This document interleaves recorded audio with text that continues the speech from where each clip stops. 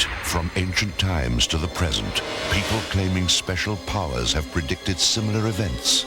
Will their most frightful predictions of all soon come to pass? David McCallum is your guide to Ancient Prophecies II. Countdown to Doomsday. Next.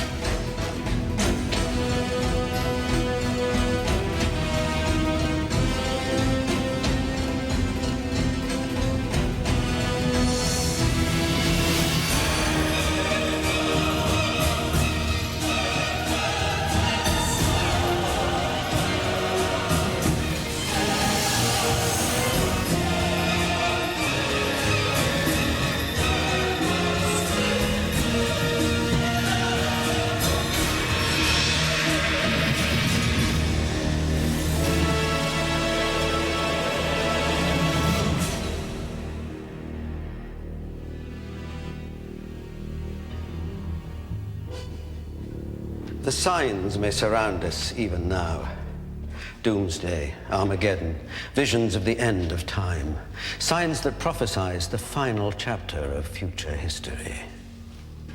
Those deciphering the secrets of the future, men like Malachi, Nostradamus, Casey, and before them the Greeks, the Hopi, the prophets of the Bible, the keepers of the Kabbalah, they all speak of a time that may soon come to pass.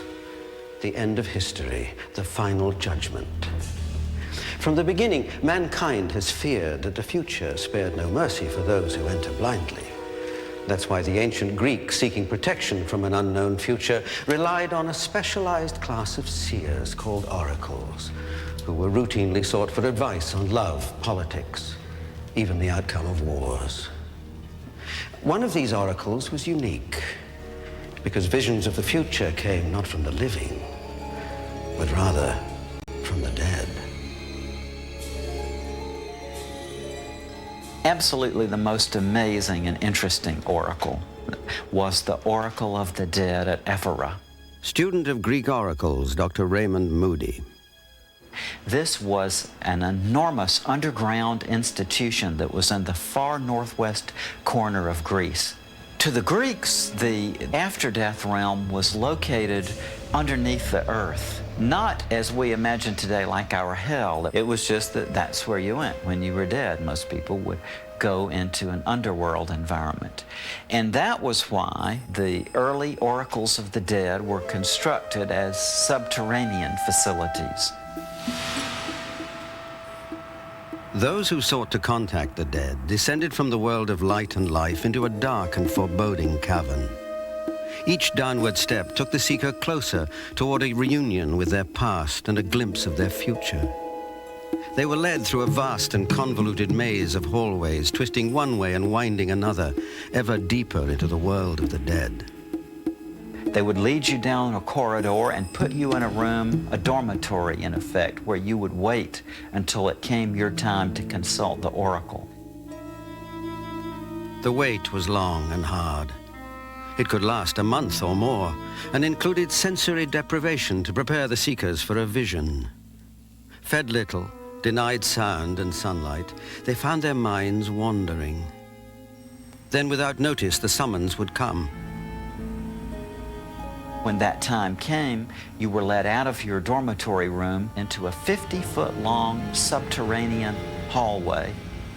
Stretching into the distance was the culmination of a long journey, a flickering path into the unknown. At the end were steps leading to a vast chamber, where the searcher finally met the oracles, high priests of the afterlife, all gathered around a giant bronze cauldron, the gateway to the other side. They would highly polish this cauldron, which was made out of metal, fill it up with water, and that would make an optical clear depth. Indirect lighting from the flames of lamps would create really quite a spectacular appearance, and it was in that optical depth that people would actually seem to see their departed relatives and friends right in front of them, full color, 3 dimensions, moving, full size, and even talking. The dead relatives answered questions, great and small, allowing their descendants to know their destinies. The Greeks were a lot more focused than we are today on divining the future. And that's one of the reasons why the oracles were so important. When they went to the oracle of the dead, by and large, they were going to learn from the spirits of the dead some sort of information. After they had been in the central apparition hallway and had seen the images of their departed loved ones, they were then led out, and they were led into a room where they were fumigated with sulfur. In the ancient Greek culture, it was regarded that if you had had any sort of contact with the dead, a dead body or with a spirit, you would have to cleanse yourself by immersing yourself in sulfur. Their bodies were cleansed, but nothing could erase the visions forever etched in their minds.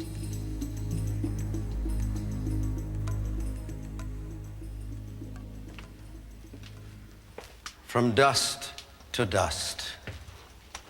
Not much survives of the splendor that was ancient Greece. A few decaying ruins. But the secret of the oracle, the secrets seemingly revealed in glistening reflections, have endured throughout time. These reflections of the dead and the living never die. Ancient prophets sought protection from life's turbulent changes by invoking the supernatural in hopes of seeing and preparing for the future. Some accomplished this by gazing deeply into certain reflections, much as crystal ball gazers do today. One of the standard forms of divination in ancient Rome was what's called haruspicy. By gazing at the liver, they felt they could predict what was going to happen in the future. This probably originated with mirror gazing in the sense that when you expose a dead organism and bring it out of the body, it has a certain sheen on it. These ancient diviners would achieve their visions by gazing into the surface of the liver as though it were a mirror.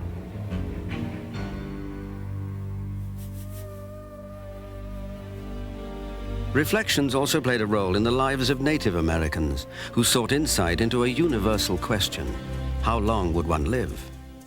The Pawnee Indians had a ceremony in which they would take a badger, kill the badger, drain its blood into a bowl, and there in the moonlight, the children would come and gaze into the blood, which would of course act like a mirror, a reflected surface. Based upon the visions of themselves that they saw in the future, their parents would determine whether their life was to be a short one or a long one. In Africa as well, mirror rituals have long been woven into the fabric of tribal life. There was a tribal practice in Africa among the Nakomis, an initiation ceremony. A young man is led to a ritual hut. Inside is a mirror positioned above a pile of human bones. The initiate gazes deeply into the reflection until an image appears in the mirror, the image of a dead tribe member. Afterwards, he must describe who he saw to the elders. If his vision was true, the man whose image appeared in the reflection was the very same ancestor whose bones lay beneath the mirror. Then the young man would be accepted into full rights and responsibilities of manhood. In Central Africa, among the Bassa tribe, reflections of the future may similarly be divined by a tribal shaman. Author Nouk Bassom has experienced this firsthand. You see a movie unfolding. You see things that were, you see things as they are, and you see things as they would be. You come to the old man asking questions and seeking answers. I have an uncle who was a sorcerer. He always keeps a big basin of water under his bed. Maybe the young man have woman trouble. Could be, huh? So when you come, you say, okay, what do you want? He say, listen, my mother is sick, or my son is sick. What can I do to help him? He pull it out. He will put something in it immediately. You will see your own life, or the life of the person you are inquiring about, unfolding. Look there, young man. In there, where the dead live and the future hides.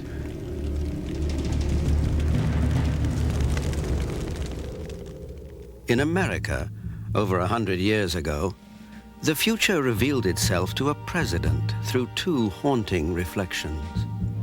Abraham Lincoln had a very striking mirror vision on the night of his first election in Springfield, Illinois in 1860. He was exhausted from the campaign and he collapsed onto a sofa. He looked up into a mirror that was mounted on the wall and he saw not one but two images of himself, one vibrantly alive, the other pale as a ghost. And his wife interpreted this to mean that he would be elected to a second term but would die in office. The 16th century man known as the king amongst prophets, Michel du Nostradamus, may also have captured reflections of future worlds. His astonishing legacy of prophecy includes what some believe to be predictions of Napoleon's bloody reign, the First and Second World Wars, Hitler's rise and fall, the assassination of John F. Kennedy, the Challenger disaster, and a third world war that will usher in Armageddon. Nostradamus may have discovered the end of time in a mirror. Author Dolores Cannon. Nostradamus had a very special room in his house that he used exclusively for his prophecies. No one else was allowed into that room. It was cold and damp, dark, made entirely of stone. And there on a large wooden table, he used various looking-in devices. He had the best results with a quite remarkable special black mirror. He called this his doorway to the future. And as he stared into this mirror, he would watch the scenes of the future played out in all their horror before his eyes. And he would go out of his body and travel into this mirror, just like Alice in Wonderland, going through the looking glass. If Aboriginal or ancient peoples were able to use reflections to visit the future, might that technique still work today? Could raising the dead through glimmering apparitions bring aid and comfort to those living now? One man found the answer in a mirror. Dr. Raymond Moody has studied the connection between human perception and prophetic vision. He knows that crystal balls are not a magician's prop, but rather the vehicle for exploring a hidden world. A high percentage of the normal population will in fact see visions of a certain kind when they gaze into an optical clear depth. It can be a crystal ball, can be a mirror, it can even simply be a lake or a pond or a body of clear water. Dr. Moody, assisted by his wife Cheryl, has devised a way to scientifically monitor these visions. Following the model of the Greek oracles, he created a special chamber that promotes psychic imaging, a psychomantium. I have a psychomantium that consists of a wall mirror mounted in a little room. The walls of the room are entirely covered with dark fabric to exclude light and reflections. The person sits in a comfortable chair just below the mirror so that looking up into the mirror, they do not see their own reflection. There's a light behind them which casts a diffuse illumination into this room. And when they look into the mirror, it seems that they are peering into an infinite depth. People have really extraordinary experiences. I think if I hadn't been here to see them myself, I would have a hard time believing some of them. A doctor of medicine at Harvard had so many faces and images coming at her from the mirror. She said it was like folks lining up at a phone booth to talk. She got frustrated by it and actually stood up and said, enough. One gentleman that was here, who was at the time a sports producer for TBS, saw his dog. Now, people laugh at this, but you cannot imagine how many people have asked us, do our pets survive the afterlife? Could I see my pet? In looking through the clear depth, he saw his dog, and I think it was one of the most moving experiences he had ever had. One incident showed the psychomantium to have unexpected powers. When I looked up, here was this spirit, looked like an angel to me with this baby. And she was so emphatic. She kept saying, the baby's okay, the baby's okay. When I went downstairs after leaving the booth, I discovered that the woman before me had gone into the booth. She had had a reunion with her baby who had died.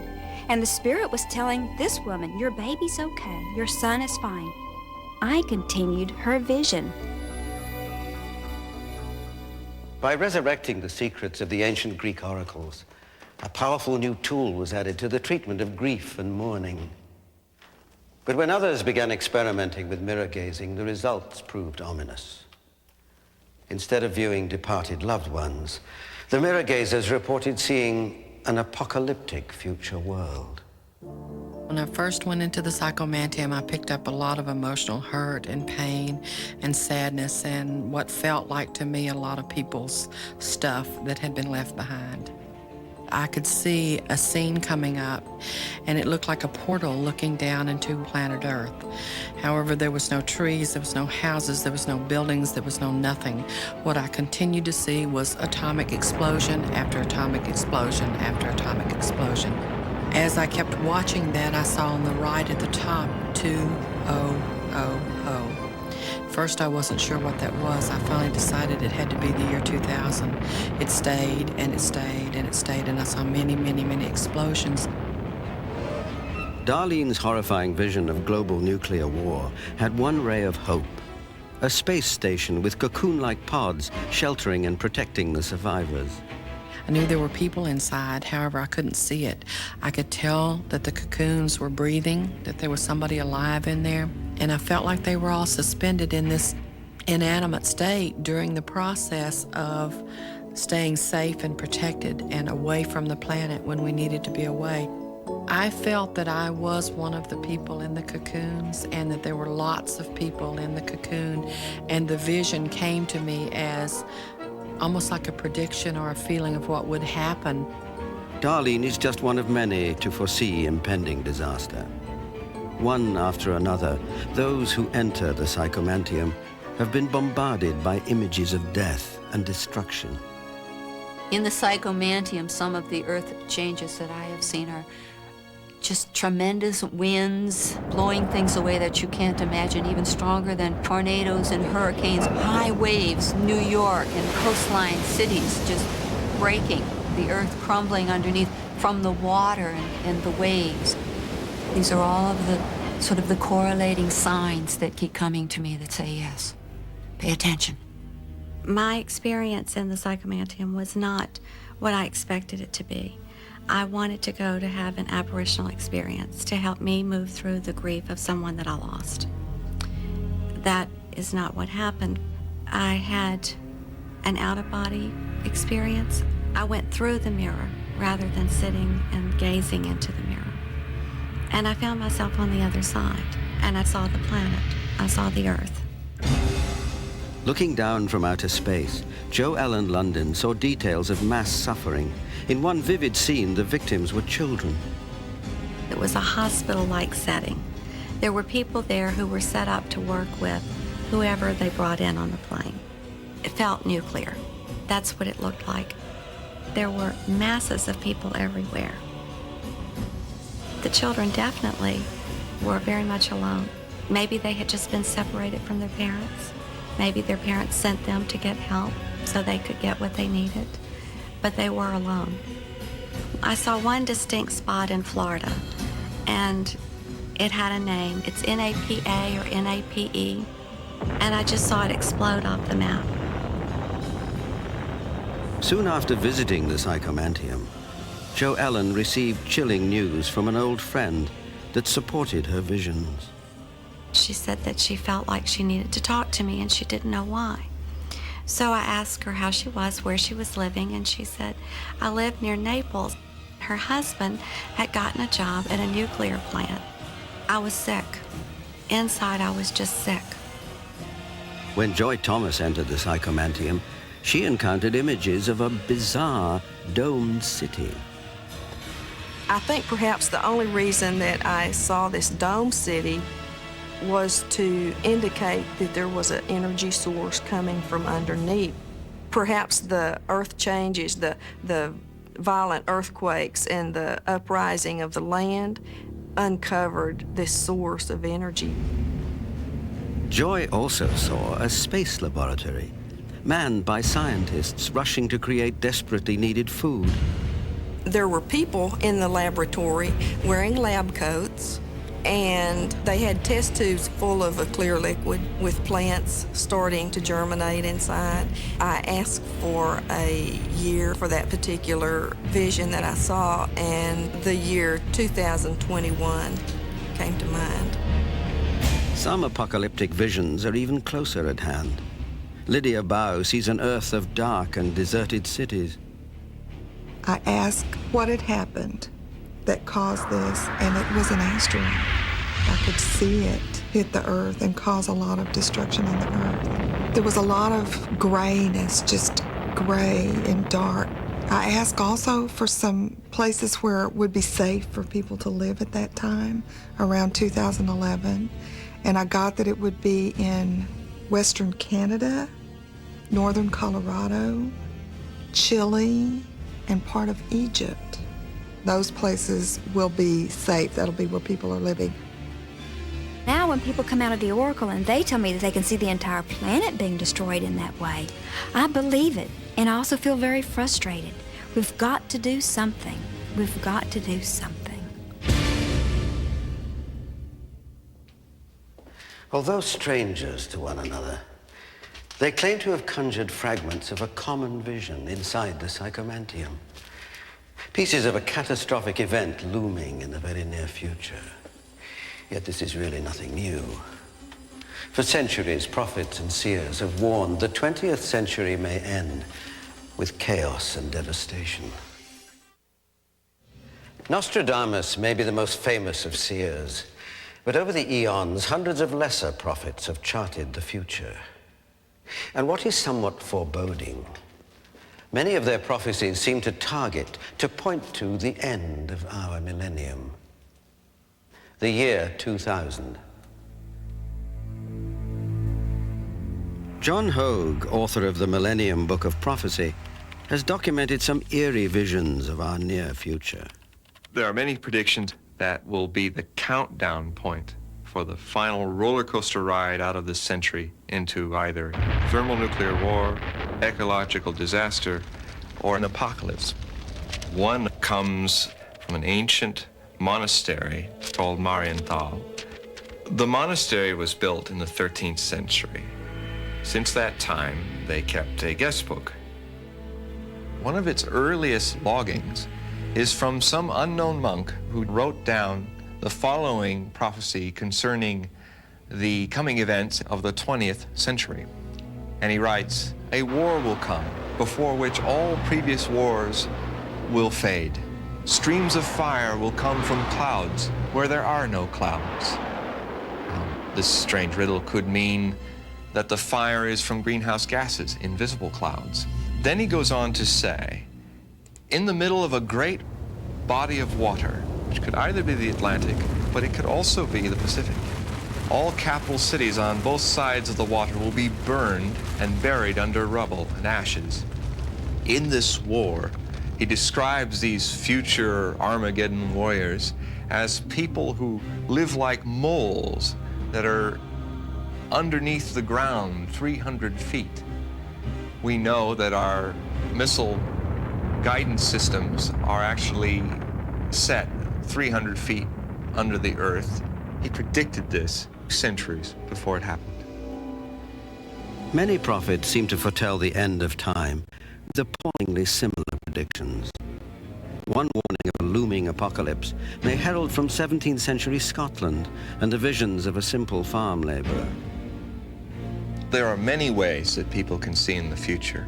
The Brahan seer used a small piece of polished meteor, and he used to look into it and see images of his clients and foretell their future. He foresaw the coming of trains and piped water and gas, and also the loosening of morals in the 20th century. He is noted for one prediction, which is either about a nuclear war or an ecological disaster. And in it, he says that deer and other wild animals shall be exterminated by a horrid black rain. We know that water mixed with nuclear fallout creates black rain, but water mixed with ash from volcanoes also creates black rain. So this could be a prophecy either of a nuclear war with nuclear winter following, or it is another of the many prophecies about a natural disaster befalling Northern Europe. He was noted for being a very blunt prophet, and it got him in trouble with the Countess of Seaforth, who had him tried as a warlock. As the crowd gathered around, she had him thrust into a burning barrel of tar laced with spikes. Brahan seer is not alone in the suffering he endured because of his prophetic gift. Many times it seems that the visions of future worlds are paid for with blood. In the 1930s, two peasant women named Maria and Elsa from northern Italy had a vision of the coming of a global Holocaust. They said it came from Christ, and when the vision came to them, they both suffered stigmata wounds on their palms and their feet, bleeding wounds like Christ on the cross. And they saw cities devastated by the rising of the Earth's oceans. Red rains, which could be radioactive rains, and also a reddened sky, which might even be a description of the pollution in many of our cities' skies. Unlike these simple peasant women whose prophecies came unannounced, some people received these warnings of annihilation after much seeking. Pastor Bartholomeus Holzhauser was a 17th century preacher who was noted for his prophetic insights. He often prayed in seclusion, and his prophecies would come out of these experiences. He foresaw the coming of the French Revolution, which he said would take place around 1800 AD. He foresaw Hitler, called him a fierce ruler who would create great discord that would come from chaos, and from chaos he would return, devastate neighboring countries and conquer them. We know that Hitler came from the chaos of post-World War I Germany, and he certainly left the world in chaos when he died. He predicted the Cold War, as well as the coming of a Third World War or an ecological disaster. One of the aspects of that disaster is something he calls swords, fashioned of a different kind, that cut up the sky. To a man who lived when candles lit the night, doctors bled the sick, and horses powered industry, what specter of a technological future world could a 17th century pastor have possibly been shown? What Bartholomeus then warns is that there is a pestilence that comes to the earth from this activity. And he may have been foreseeing the ozone holes, of which he says, a great lament will come over all humanity, and only a small batch will survive the tempest and the horror. Is a higher power using men like Bartholomeus Holzhauser to show us a cataclysmic course of the future? Or can the source of these visions be something more sinister? Many people believe that prophecy is a gift from God, but also many people you would call insane have a similar gift of prophecy. Adolf Hitler, for instance, if you study his works, makes a number of chillingly accurate predictions that would put him right up there with Edgar Cayce and other prophets. But this man was a mass murderer. in the last 10,000 years 100 prophets that have proven themselves 75% accurate in predated predictions. They come from all corners of the world, all different times. You have biblical prophets, prophets like Nostradamus in the 16th century, prophets from America like Edgar Casey, who have all these different various people that seem to share a collective vision. You can see that there are two clear courses in our future, in our near future. And one is doomsday, destruction of man. The other breaks that pattern, that rut of misery that we call history. And we will maybe live as a race outside of history and therefore unpredictable. Prophets and soothsayers claim to divine the future by seeing into it. Their prophecies or warnings may arrive through dreams, visions, spirits, or even by the grace of a most beautiful young woman.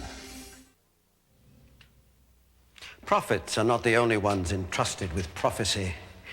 Sometimes it's given to the less gifted, the man in the street. It may come to him as a sign, an apparition, or just a voice with wings. And often it bears a warning. As we approach the end of the 20th century, there's been a staggering increase in the number of sightings of the Blessed Virgin Mary. Japan, Yugoslavia, the Soviet Union, Garabandal, Spain, and Fatima, Portugal, where several small children claim to have seen an apparition who left them a terrifying prophecy. Why has this apparition appeared so often? And is her message that the end is near? Journalist Michael Brown, author of The Final Hour, has carefully chronicled the Visions of Mary phenomenon. The Blessed Virgin Mary has been appearing or manifesting since the 1st century AD. And there have been times when we see peaks in her appearances.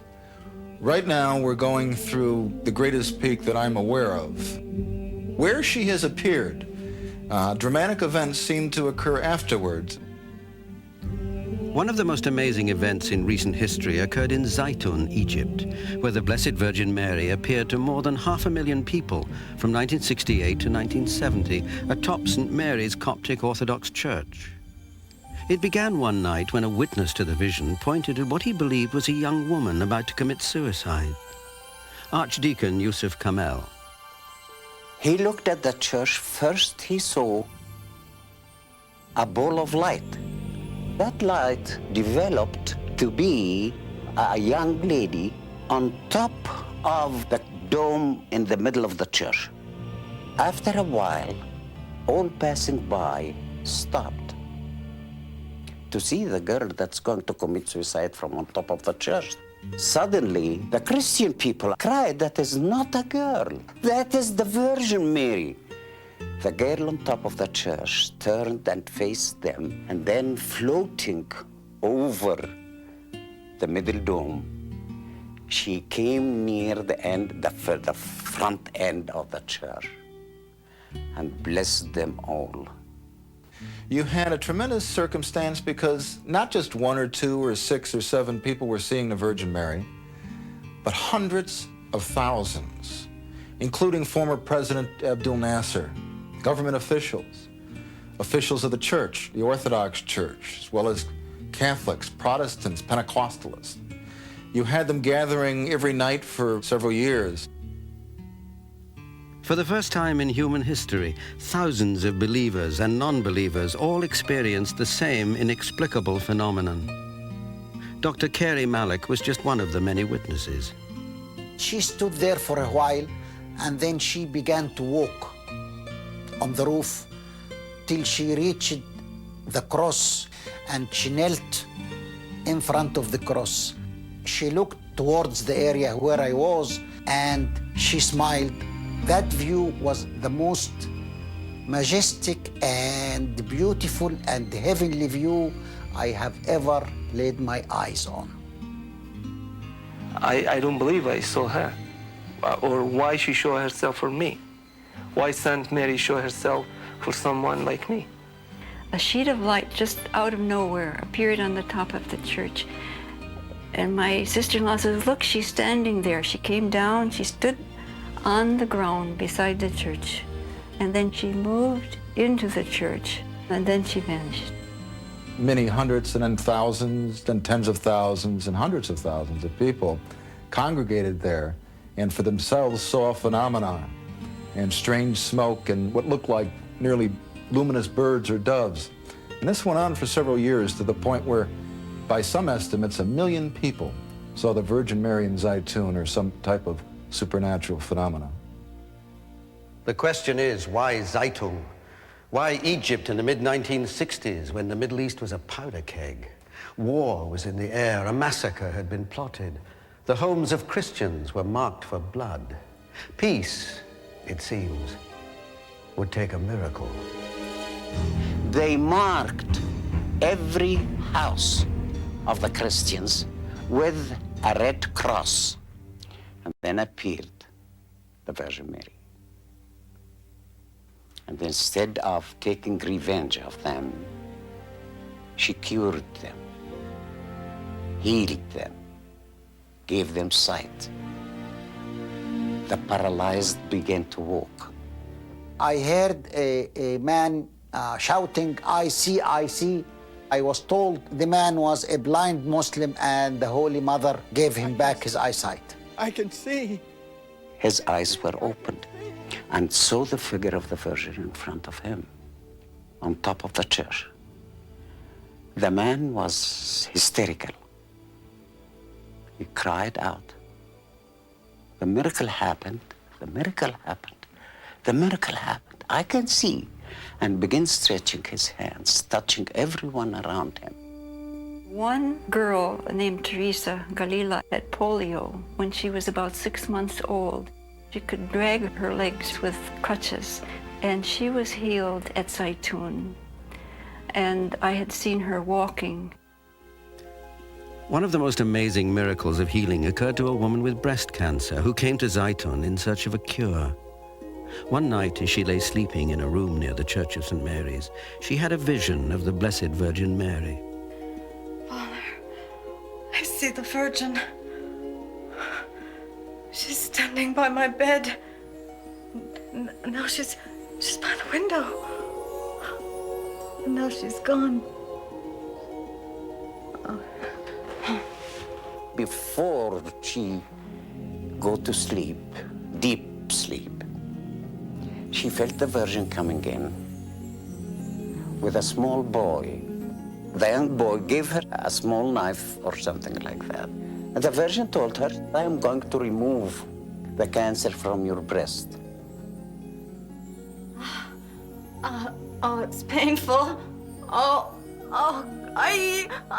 can feel it. The next morning, the priest found a bowl of tissue next to her bed, and she was covered by a cloth with the sign of the cross written in blood.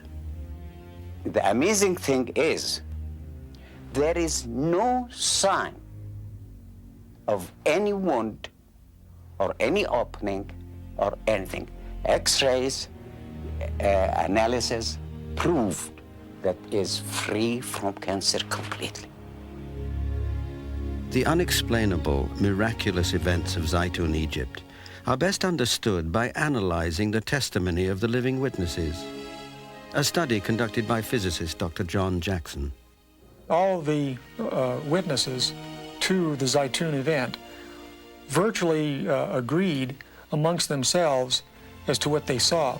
And so I think it's possible to construct what I would call a standard apparition of what had occurred. The apparition was self-luminous. Most of the people would say they could see some features.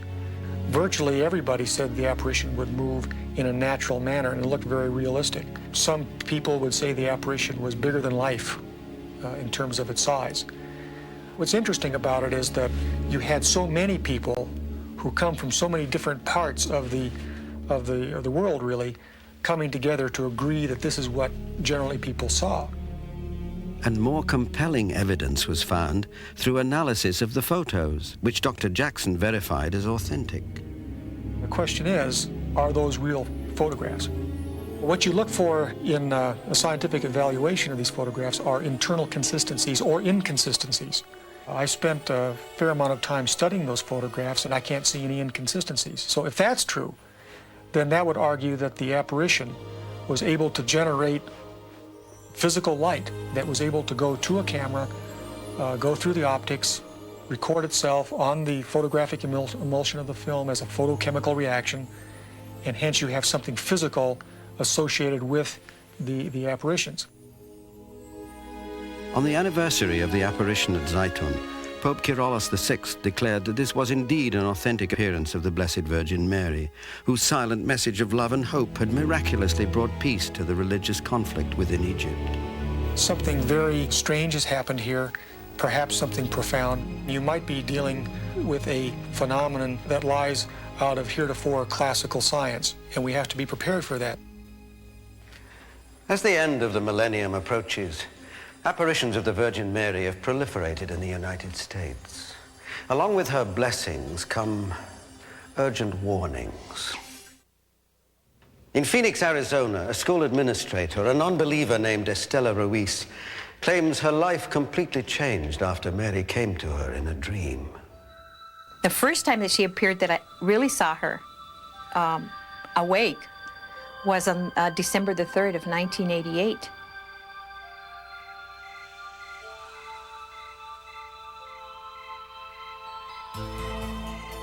I was the only one that was awake in that dream, and I saw a light form like in the hall coming into our room. I knew in my heart that our Blessed Mother was going to appear.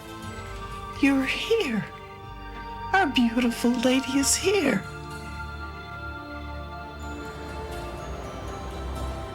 Estela told no one about her dream.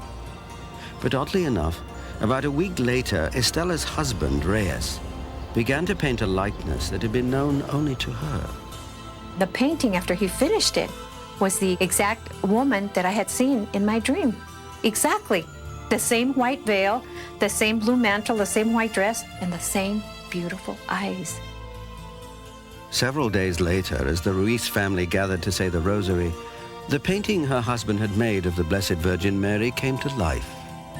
Estela finally knew she had been chosen.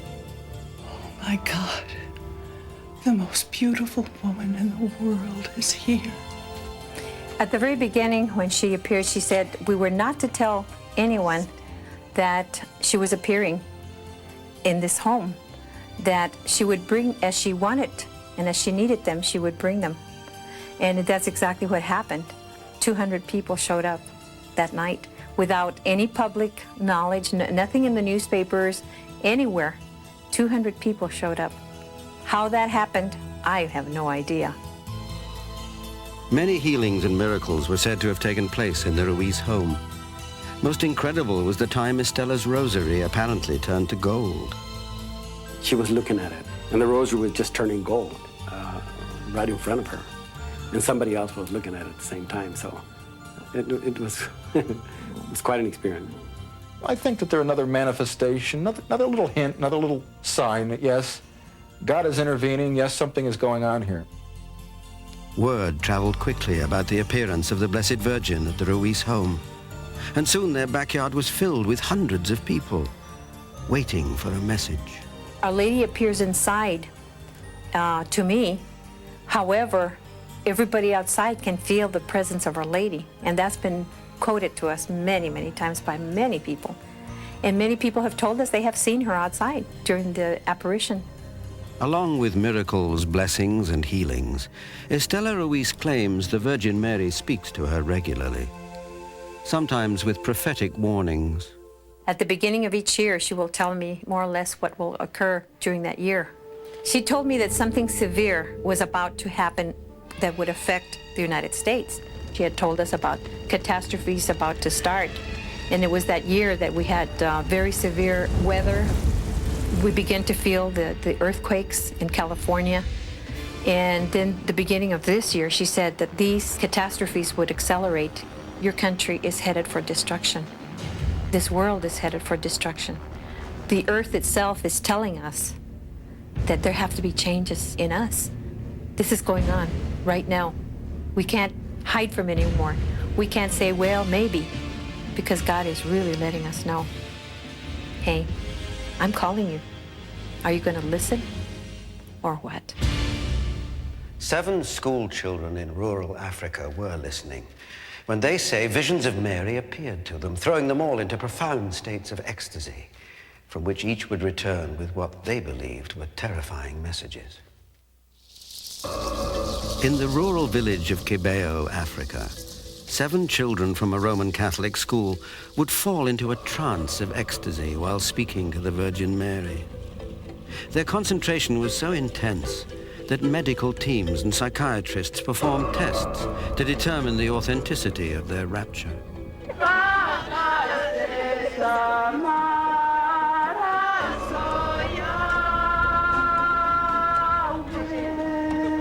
When somebody goes into an ecstasy, it's nearly like they're being drawn into another dimension, drawn out of our reality. Indeed, they'll tell you afterwards that everything disappeared around them. Maybe they'll see what seem like nearly clouds, but aren't really clouds, some other reality or dimension. And it's in that reality that they see the supernatural figures, whether it's the Virgin Mary, sometimes the Lord, various saints, different personages who are of a spiritual nature. And when they're in such a state, often, you can go up and you can flash a light in their eyes, you can pinch their cheeks, you can even put a needle into them, and they're not going to blink, they're not going to budge, because they are in an altered state of consciousness, a tremendously altered state of consciousness. But their eyes are open, and what they are seeing seems as real to them as anything that we see in a normal course of consciousness. But the 7 children had a terrible message to deliver, a prophecy so horrifying that they wept as they revealed what they had seen. They were given a prophecy of the future, horrible pictures of coming turmoil and anarchy, blood. They were shown so many bodies, it seemed like there was no place to put them all. They were told that if mankind did not convert, that there would be apocalyptical events in the future. They were told by the Virgin Mary that that country would see a river of blood. That was a direct quote. 6 years later, the prophecy was fulfilled with chilling accuracy in the nation of Rwanda, where Kibeho is located. This is the final times of the apocalypse, because that's what it must seem like in Rwanda. So that was a prophecy that came true in rather specific ways and specific details. And she said at Rwanda that she had come not just for Rwanda, but for the entire world. And so if that's happening there now, one wonders what lies in all of our future. Long before the Bible, there existed a mysterious body of secrets that were handed down to a chosen few. They foretell the end of time. And these mystical teachings may decode the secrets of the universe. Collectively, they're called Kabbalah. Some scholars of Kabbalah believe that hidden within 72 ancient Hebrew names, a description of Armageddon may be found. Rabbi Philip Berg. A ball of fire will descend upon all of mankind. There will be periods whereby mankind will forget that the sun even appears. World War II will be so finite, so minuscule as compared to the ultimate destruction that will take place within the next 6 years. This was stated 2,000 years ago. This chilling prophecy may be found within Kabbalah. Originally revealed to Abraham, the first of the Jews, Kabbalah is an ancient belief. So mysterious, so complex, it was long thought that people who delved into its inner secrets risked madness. Rabbi Ariel Bar Tzadok.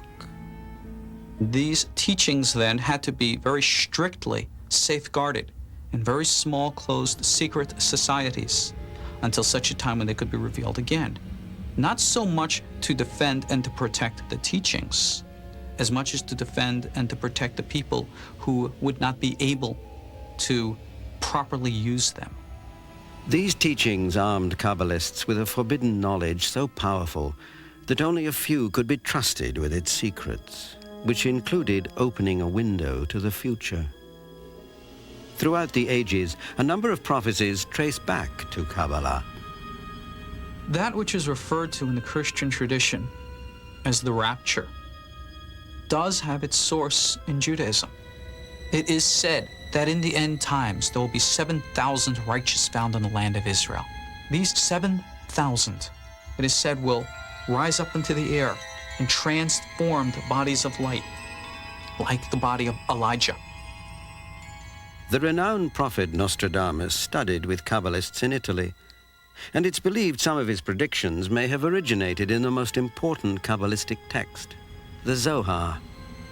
The Zohar is a written record of an oral system that explained everything there was to know concerning the universe. And the Zohar provides all of the information, that which is present, that which is unseen, which is a vital factor in determining prophecy. The Zohar is a body of revelations which may unlock the encoded secrets of the Old Testament, otherwise known as the Torah. Included in these are prophecies of Armageddon, the war to end all wars. The end times are now. We're living in them. The enemies of Israel will attack Israel during the night with a major chemical and biological attack, and the numbers of casualties will be tremendous. And it is said that Israel will respond strategically with nuclear weapons, beginning of World War III. During the wars that are to come, multiple millions are to die. Here in the United States, you will see horrible things. Our prophecies do teach us that there will be a nuclear strike against an American city. Our prophecies teach us that America will not fall to an outside enemy, but will fall to racial rioting from within. Fundamental to Kabbalah is the goal of reaching spiritual perfection. But the world today is far from perfect and declining steadily as mankind plunges toward the millennium, the date when the cosmic clock may run out. All of the prophecies of Armageddon and gloom and doom that are written in the Bible by the prophets were not given by God because of our sins and he's going to punish us because we're bad, but rather they're the natural outcome and result. We as a race have not developed much spiritually, and therefore we are bringing upon ourselves our own fulfillments of our own destinies. Part of that destiny may include disastrous earth changes. There will be major changes upon the entire ecosystem, on the entire globe. Certain types of earth changes, hurricanes, volcanoes, and earthquakes, can be caused by the unleashing of certain yet unknown technologies. And I believe during World War III, these unknown technologies will be the cause of the majority of horrible storms. It is written in the Holy Zohar that there will be a time of darkness upon the earth for 15 days. How these 15 days of darkness and cold are to occur, will it be something from outer space? Will it be something from an unknown technology? Who knows? These are warnings the Kabbalists take seriously, based on earlier prophecies of destruction, prophecies which may have come true. Rabbi Ashlag, the founder of the Kabbalah Learning Center in 1935, said that there is a black cloud that was spreading over Europe, predicted destruction that mankind had never experienced, all of mankind, not only the Jewish people, mind you. And obviously he was referring to World War II. There are more precise and specific prophecies. Adolf Hitler's name was found to be spelled out clearly in the Torah, next to what would spell the Hebrew number for 6 million, next to what would spell the Hebrew word for Germany. If predictions of death and devastation are to be found in the Zohar, can this knowledge be helpful? That man has control over his destiny is central to Kabbalah. In fact, some believe the Zohar predicts parallel futures of heaven and hell. The choice to be determined by man, and man alone. Can, in fact, the doom and gloom that will take place in the year 2000, can that be prevented? Kabbalah says absolutely and unequivocally yes. The biggest stumbling block that will prevent the peace on earth and goodwill towards men from ever taking place will be the lack of consciousness of the people to believe that what we consider to be miracles can become a very normal event in our daily lives. Believers feel that Kabbalah predicts a day when people will defy the shackles of their physical world. Breaking earthly bonds, man will fly, heal himself, see the future, and prevent natural disasters with the same power Moses used to part the Red Sea. But Kabbalah says that future is conditional. If we don't get our act together by the year 2000, that if mankind does not take control of their actions, preventing the forces of evil from growing, expanding, then this ball of fire is what will be inevitable. A holocaust of a nature that the world had never seen is going to take place, destroying almost all of mankind, all vegetation, all forms of life. And only those who have studied and learned how to preserve their own physical bodies will live beyond Armageddon.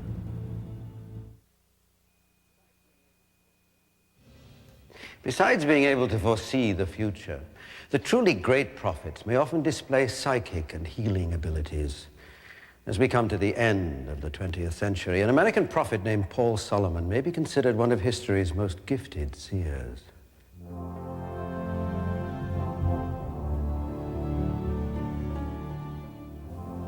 Edgar Cayce, one of America's most gifted prophets, passed away in 1946. But Cayce's legacy would not end with his death. In the late 1930s, a child born to a Southern Baptist family would become known to the world as the second Edgar Cayce. His name was Paul Solomon, and his warnings to the world would echo those of the sleeping prophet a generation before him. Thoughts of fear, thoughts of worry and disharmony will destroy mind, body, spirit, science, technology, environment, the planet itself. Paul Solomon was a teacher, a healer, a priest in the true sense of connection with God, a miracle worker, a loving, caring man who believed that everybody could learn to develop their full potential. People started to talk of Paul as the second Edgar Cayce. And Paul's response to that was, hey, I don't want to be the second Edgar Cayce. I want to be the first Paul Solomon. Born William Bilo Dove to a Baptist minister's family in the South, the boy who would grow up to be a prophet was a solitary child. He was said to have supernatural abilities that troubled his religious parents, as his wife Sharon recalls. When Paul was a child, he used to see lights around people. Afternoon, preacher. Ma'am. Good afternoon to you, Mr. Harkins. Paul, what do you say? Good afternoon, Mr. Harkins, sir. He saw dark, dull, ugly lights as bad people. He's got a bad light. That's a bad person. Enough of this evil talk, young man. Show respect for your elders. Often, people who his parents thought were very nice and loving would then end up cruel or mean. They didn't know how to deal with that strange child. He learned very early not to say those kinds of things because it had such a reaction. It was very difficult for Paul as a child seeing and feeling these things. When young Paul saw beautiful white lights around people, he knew them to be genuinely good. One such person was his best childhood friend, Jada. Jada was a little black boy, And in the South in the early 1940s, white children didn't play with black children. Paul distinguished between the beautiful lights and the ugly lights, but he had no conscious recognition that there was a difference between black children and white children. A black child to him with beautiful lights was a beautiful child. And he made friends with this little boy, and the people in the town sort of frowned on their being together. But one day, after a short illness, Jada suddenly died. Now alone, Paul left the funeral to mourn his best friend. Jada, you're back! They said you died. Yeah, I changed body. Come on, let's go play. And they played with each other. And the way Paul describes this, they played with each other as if he was a physical being. Over the next 7 years, the spirit child Jada taught Paul many things, including an amazing psychic ability that would help him with his schoolwork. Paul was not very fond of studying. And he was discussing this with his friend Jada one day. Jada told him that if he placed books on his stomach, he would be able to absorb the material. So Paul went through school learning by placing the books on his solar plexus, whereas all the other children had to study. One day when he was showing off, he read a note that one of the kids had written to another kid. Hold on, you think Steve is cute? Hey, Betsy wrote a note. She's goo-goo eyes over Steve. Give me that. Give me that. Paul must have X-ray eyes. Listen to this. Steve is the cutest boy in the whole wide world. I'm telling! The little girl who had written the note became very upset and went and told the principal that Paul had somehow taken the note and communicated it. Hello? Yes, Principal Moore. He what? When the school principal phoned Paul's parents about the incident, they too became upset. Principal says you're scaring the other kids with your nonsense and... We don't understand what you're doing, but if it is not of God, then it's of the devil. And this scared Paul terribly, and he started shutting off his psychic gift. Convinced by his parents that his powers were of the devil, Paul reasoned that Jada too must be something evil. Stay out of my life. I don't want you to come back anymore.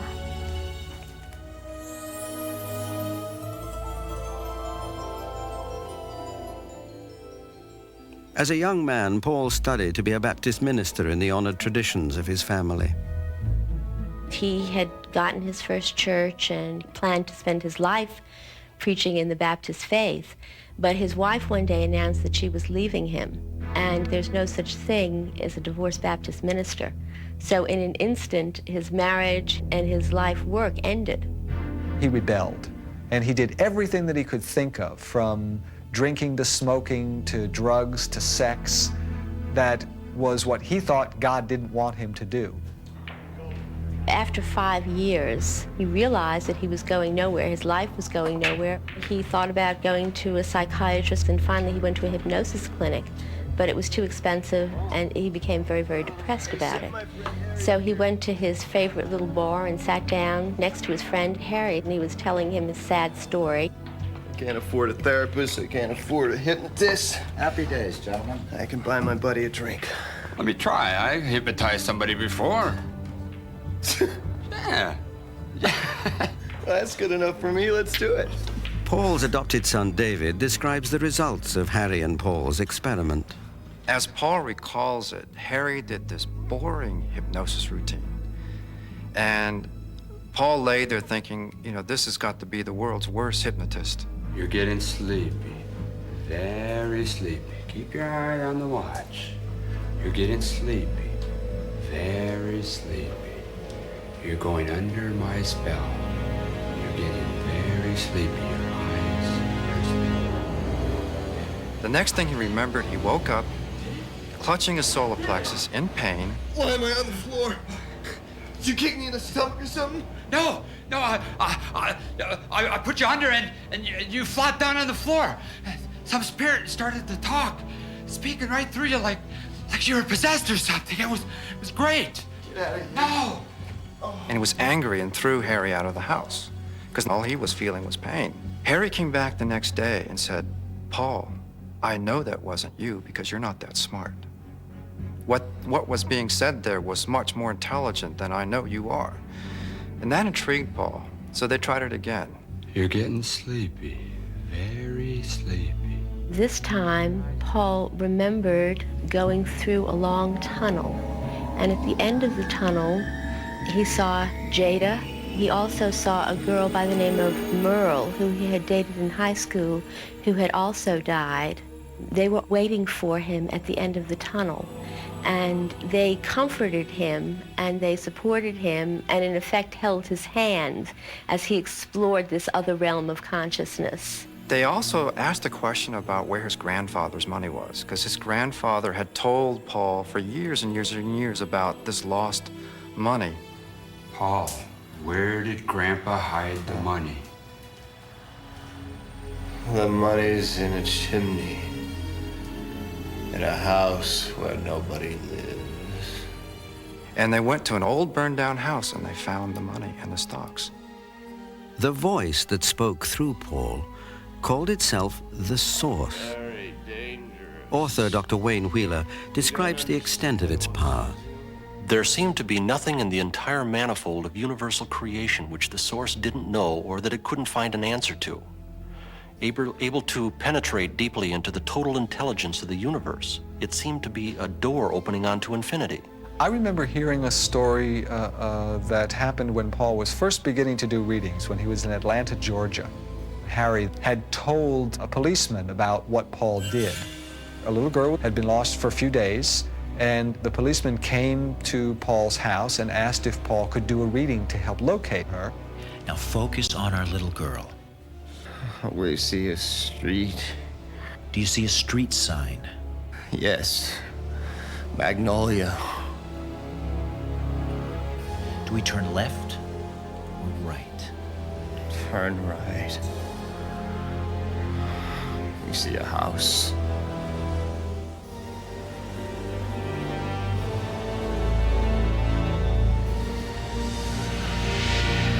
We're inside the house now. Listening. Around the corner. We hear her now. She's hiding under the bed.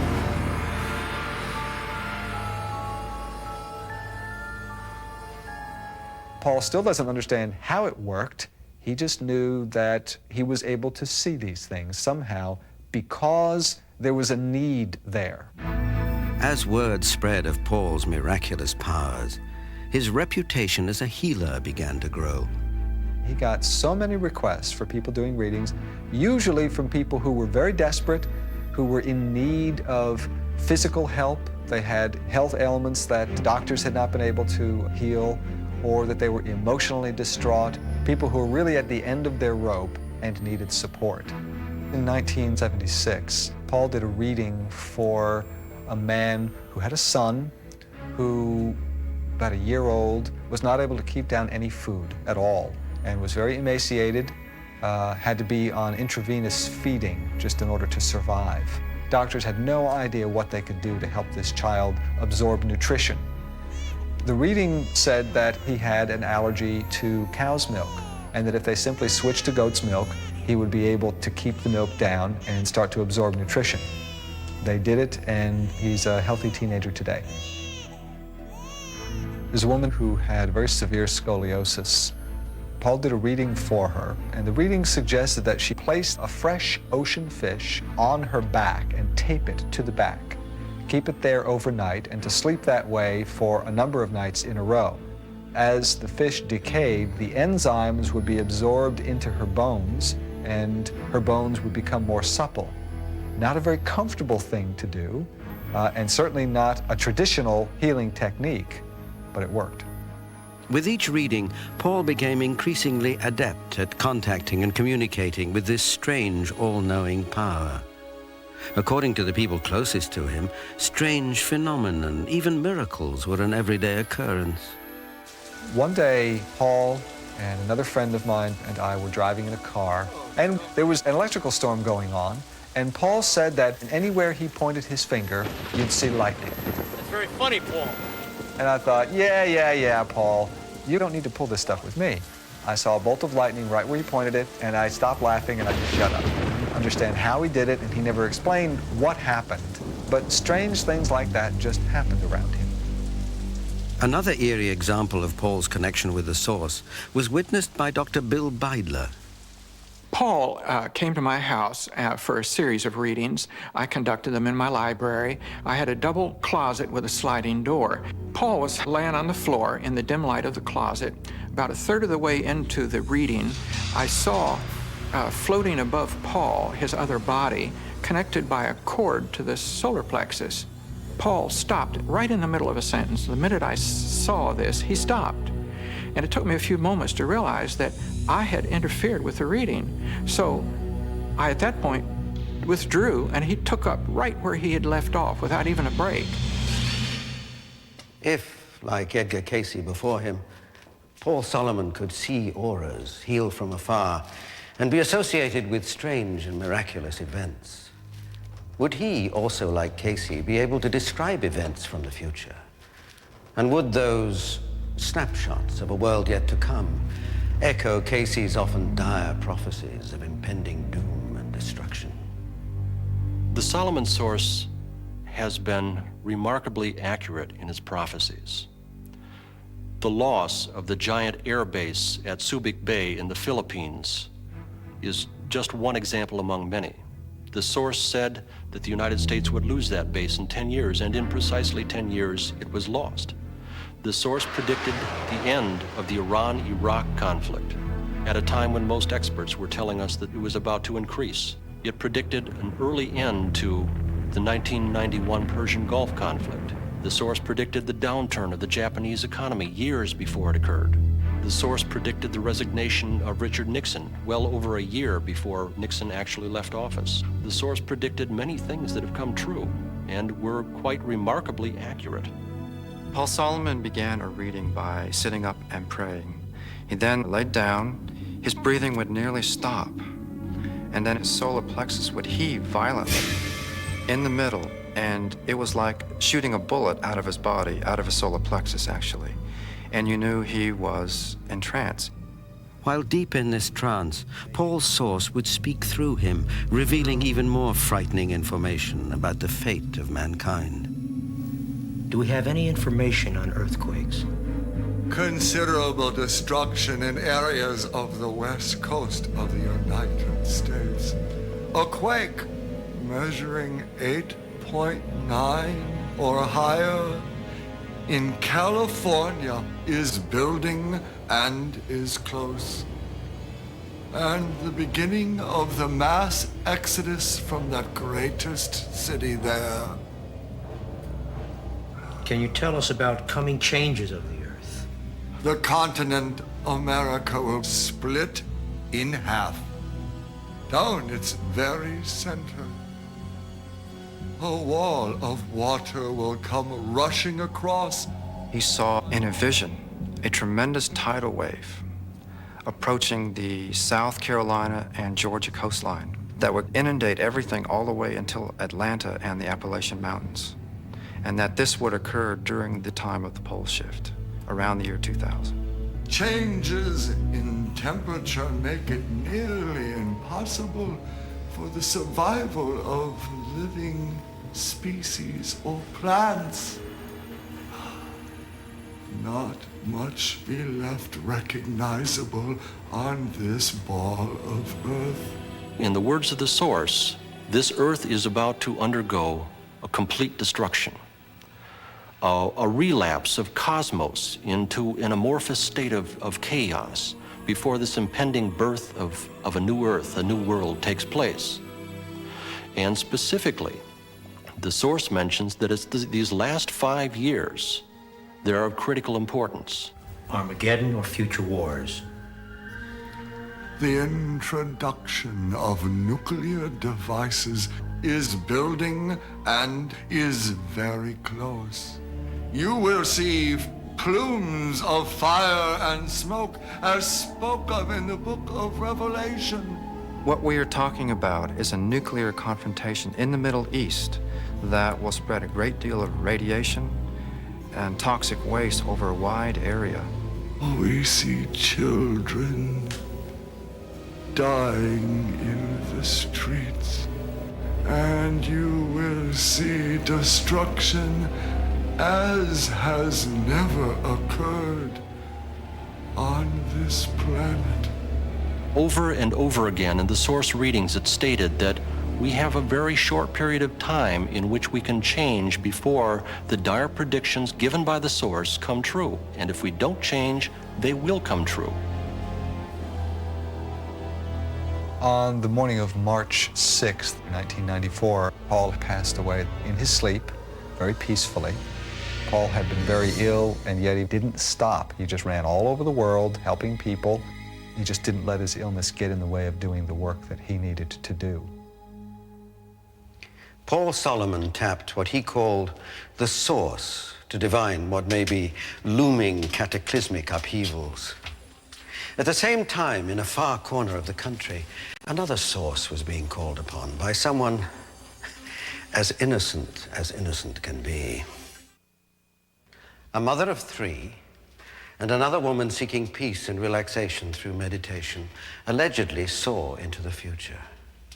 Why this happened to them remains a mystery. Sometimes it seems the most ghastly prophecies are imparted to those who are the most shy and unsuspecting. Her world seemed so ordinary and serene.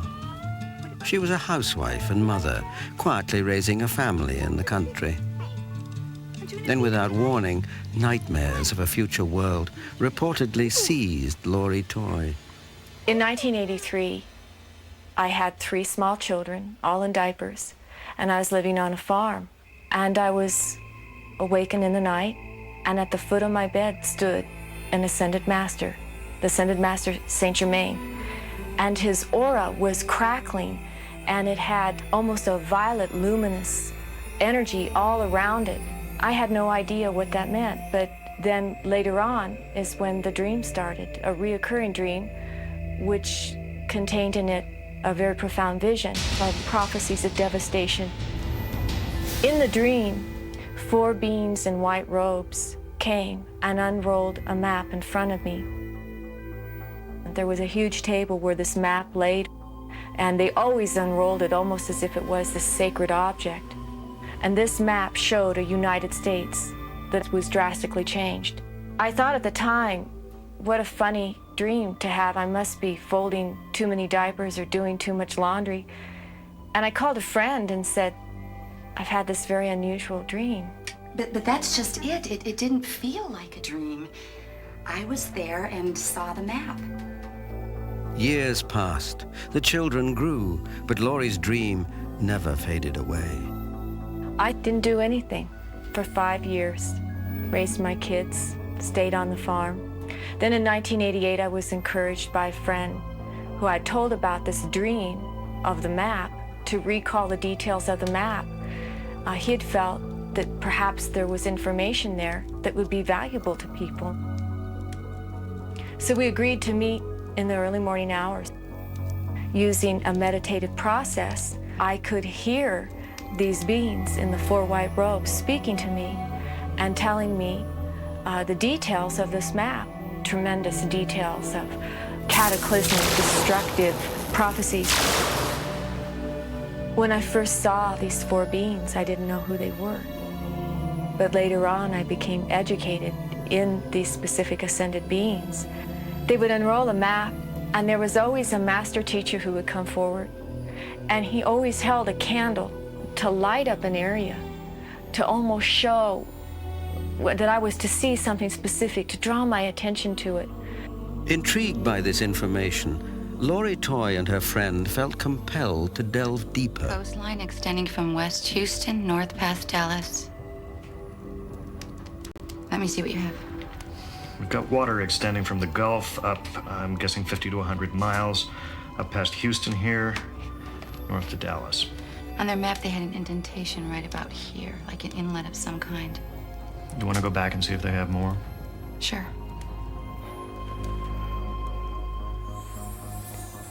In the map room, they are with me. From Texarkana over to Mississippi, then down almost to New Orleans. What about Nevada, Utah? Can we work on these? Yes, they say. They are showing me. It is all underwater, almost to Denver. Do you see any islands? Yes. Salt Lake City. I've noticed that after I come out of this meditative state, that a lot of times there's something altered within my own physiology. For instance, this morning, I blew out several lights just turning them on. You can always hear the tone on a telephone. If I hit the dial on it, puts a whole other tone in there and I get the wrong number. We had over 80 sessions using this meditative process. What evolved out of that was the I'm America map, which is a very highly detailed prophecy of earth changes of the United States. The prophecies were so alarming that Laurie Coye began documenting each one so that people could be warned. They said the first thing that we would see would be a meteor that would be coming towards this planet, and that would hit somewhere in the Nevada desert. They said the next thing that would happen after that would be 2 to 4 years of rain. They said that would cause an overall global warming. Also will suffer another devastating earthquake in the Pacific Northwest, which will sink Oregon and Washington State. Wind and rain and extremely cold temperatures will pelt the East Coast and break up the East Coast into islands. The lower tip of Florida would be flooded or sink. The Mississippi and the Missouri rivers would more than quadruple their present size. Many lakes and rivers would just burst. The Sierra Madres are what are left of California, Nevada, Utah, and the northeastern portion of Arizona. Also, New York City, covered by water. Even Philadelphia is shown to be underwater. It was a very extreme prophecy, very extreme prophecy. When we completed all of the map, the master teacher known as Saint Germain ran his finger along the coastline of the map, and he'd say 5 centimeters here, 10 centimeters here, to correct any place where maybe we had penned it in wrong. I sold my house and took the money from that to print the first I'm America map. We printed 1,000 copies. I, of course, got my children to come in there and help Mom roll maps. It was always our after-school project, because we had a lot of people that we had to warn. And we started giving maps away to hundreds of people and talking about what these prophecies were. But the Odyssey did not end there for Laurie Coye. The map captured the attention of a man who was also having visions of earth changes. A man who became Laurie's second husband. A man named Len Coye, a prophet in his own right, who shared the same startling visions. One day I said, well, you write down what you've seen, and then I will go into the meditative state and I will write down what I see. And we did that, and we were amazed because both maps looked almost entirely alike. There's great ice storms that form over the European continent and crash to the cities and bury them under 20 to 100 feet thick and as much as 200 to 300 miles long. All of these areas are then completely devastated. Because of the global warming that is so greatly affecting Western Europe, the European community joins together to detonate a nuclear explosion in the Mediterranean Ocean along a fault line to alleviate the water pressure that is rising. And the area of North Africa into the Middle East is lost in this nuclear detonation. The European prophecies happen well after the prophecies that happen in the Americas. Seeing the future, knowing what lies ahead, can be a blessing as well as a burden. Many people who call us, they always say, well, what do I do? A lot of people call in deep stress, in deep fear. They have children, they have homes, they want to have a future. Laurie and Leonard Coye are not the only ones who claim to be haunted with visions of global annihilation. Sue Spittler, during an innocent foray into the world of meditation, came face to face with what she believes was doomsday. She said the visions invaded like unwanted messengers. Home economist Sue Spittler. When I was doing the meditation on the universe, I really saw a great depopulation of the world happening in very traumatic, fast ways, such as earthquakes, large plane crashes, tornadoes, hurricanes, situations where large numbers of people would be eliminated. This is somewhat like a pruning, and I can sense this pruning to happen pretty steadily over the next maybe 200 years. I have a sense as the world depopulation occurs that there are going to be other great physical changes in the earth too. I have a feeling that in the future we're going to have much, much more water, much, much less land, and my sense of that is that we would have maybe 1/3, possibly as much as 1/2 land mass compared to what we have now. I can sense that the Pacific Ocean might come in as far as, say, Nevada. The Mississippi will be much bigger than it is now. I think any of the major rivers are going to be incredibly increased in size.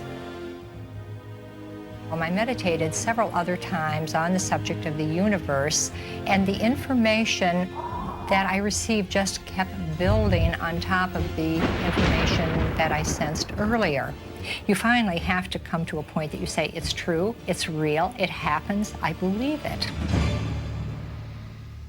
Fragments, glimpses of a dire future, appear to be flooding in from varied sources, from medieval monks to modern housewives. And like some nightmare puzzle, the pieces seem to be falling into place. Reportedly, warnings of imminent global disaster are being received worldwide. And in the southwest United States, a stone, thousands of years old, bears a carving of what just might be a map of the future. Hidden in the desert is a secret linked to a prophecy of the ancient Hopi tribe of Native Americans, which warns, when the gourd of ashes drops, you will know the end of the world is near. The Hopi elders believed the atom bomb to be that very gourd of ashes, for in 1948 they held a tribunal, appointing a guardian of their prophecies. Prophecies set in stone by distant ancestors and covered with the dust of time. The man chosen? Thomas Banyanka. It's been here for a long time. They knew about destroying, but no one knew it was here. Thomas Banyanka is the keeper of the carvings. It was he who uncovered the prophecies etched in stone after they lay hidden for many years. So I wrapped this. So I was the one that cleaned this mess up and saw the drawing, and I was so surprised. Thomas Banyanka is one of several Hopi elders who is entrusted with the pre-Columbian prophecy that has a series of final warnings to be told to the world before what is called the Great Purification by fire. Either it can be a fire of nuclear war and greenhouse global warming, or it can be a fire of inner consciousness. In the Four Corners region of Arizona, the ancient Hopi prophecy rock looms, chronicling the destiny of mankind in Hopi hieroglyphics, leading towards what some fear is inevitable extinction. This figure represents the Great Spirit or guardian of this land that we came on this earth, what we call now the Mother Earth. In the first figure carved by the Hopi ancients, the Great Spirit or Creator meets man. The Creator then gave man the sacred circle, a promised life of peace and plenty if, and only if, man would follow the spiritual path. While the brown man waited, the white man traveled the earth on a mission to spread the spiritual circle and return with knowledge. He was supposed to bring this, but instead he brought a symbol of a cross, they said. It's on here, cross. Breaking away from the Native American people, the white man now traveled the path of materialism and invention, as shown by these three figures on the Rock of Prophecy. I always say that first figure represents first invention, like wagon, pulled by animals.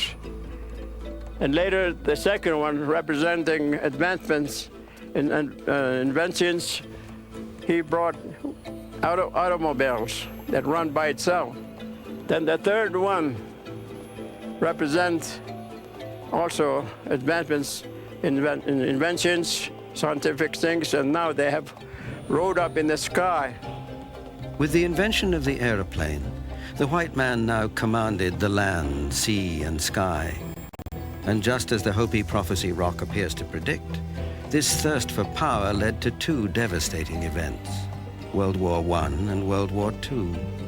There's a line down over here, and that's where we are today. And the zigzag line represents up there big nations. Powerful nations put their military might together and kill thousands of women, children, animals, birds.